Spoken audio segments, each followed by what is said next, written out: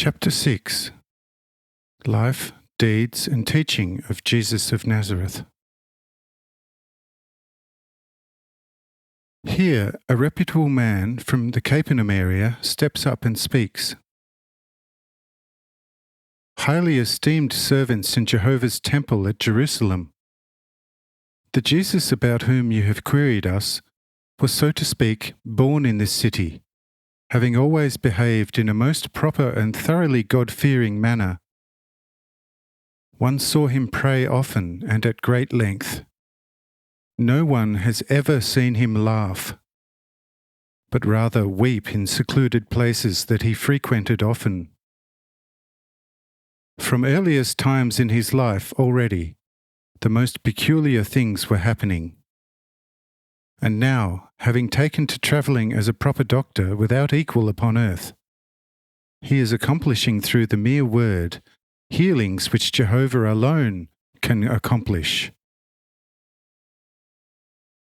In comparison, all deeds from Moses onwards till our time can be regarded as next to nothing.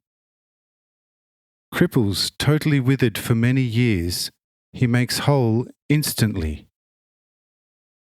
Every fever ever so intense has to bend to his word, and the dumb, deaf and blind from birth speak, hear, and see like unto any of us.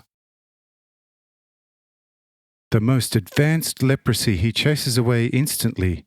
From the possessed he casts out legions of devils by the mere word, and he calls out to the dead, and they rise, eat and drink, and move about as though they had never been anything wrong with them. Similarly, he commands the elements, and they obey him, as if his most faithful and ready servants. His teaching in general can be summed up thus: love God above all, and your neighbour as yourself, indeed.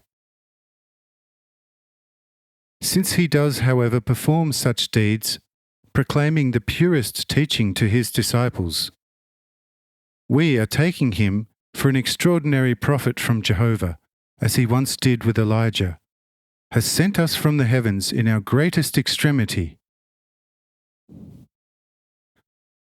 This is all that I and many others know of this glorious Jesus, and we can't thank God enough for having once again thought of his poor and exceedingly troubled people.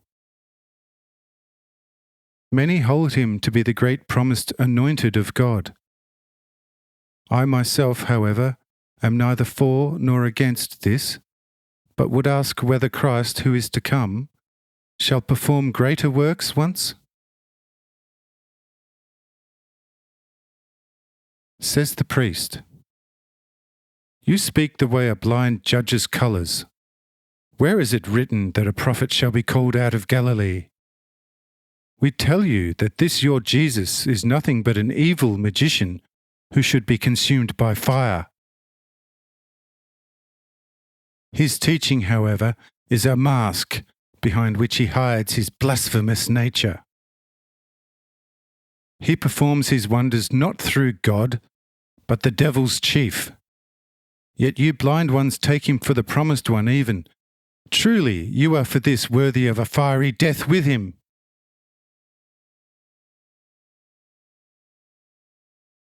But the man takes up an imposing stance and says, "Indeed, as far as you are concerned, if we were not Galileans, and I myself fully a Roman, and if you yourselves were still masters instead of the Romans, we would have been burnt long ago.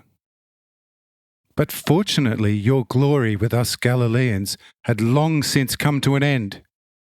We are fully Roman subjects, and therefore have nothing more to do with you, other than perhaps show you the way out of Galilee once and for all. Should you dare to lay hands on even the least of us Romans. But in relation to our great prophet Jesus, I tell you yet more.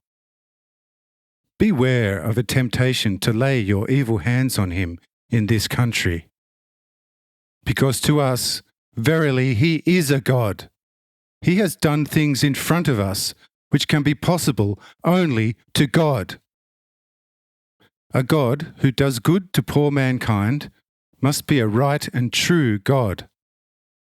A God like yours, however, who can be appeased only with gold, silver, and all sorts of other fat sacrifices, doing next to nothing in response to long and exorbitantly priced prayers, is like yourselves, who call yourselves his servants, evil through and through, and deserves, like yourselves, to be tossed out of the country. You say Jesus is a ravenous wolf in sheep's clothing. What then are you? Truly, you yourselves are in fullest measure just what you say of Jesus, a man of lamb-like devoutness. With friendly mien you hear our complaints, but deep down you plot for us complainants the dastardly revenge, and if it were possible, wipe us out with Sodom's fire from the heavens. But not to worry, you evil brood of vipers and scorpions. Here we Romans are the masters, and shall know how to show you the way from here to Jerusalem, if you don't get yourselves going immediately on your own accord. This talk had, of course, cast the three scribes into the most glowing fury. But they did not dare to come up with anything else in front of so numerous a crowd, and therefore now tried to make off through a small back door, and more exactly for the road to Capernaum, where most of the Jerusalemite Pharisees and scribes were wont to stay, abandoning themselves unhindered to every imaginable vice and fornication and every possible racket. When the three had, so to speak, cleared the synagogue, one other came forward, thanking the speaker on behalf of all spokesmen and individual complainants present, adding, however, and saying, "If we don't do as the Samaritans did, we shall not be left in peace by these beasts. Their names shall have to be more odious to us than Gog and Magog, and Jerusalem a place to piss on. Otherwise, we shall not be rid of this plague, worse than the pestilence." All chimed in with him and said, "If only our miracle-working Jesus could now be located, then he should have to come along at once, and we could make him our only true teacher and high priest." Says the speaker, "I am all for it, yet we should first have to ask the Roman governor whether it is all right with him, because the Romans don't have it all that easy with our priesthood, because the temple is supposed to be constantly in touch with the Roman emperors secretly."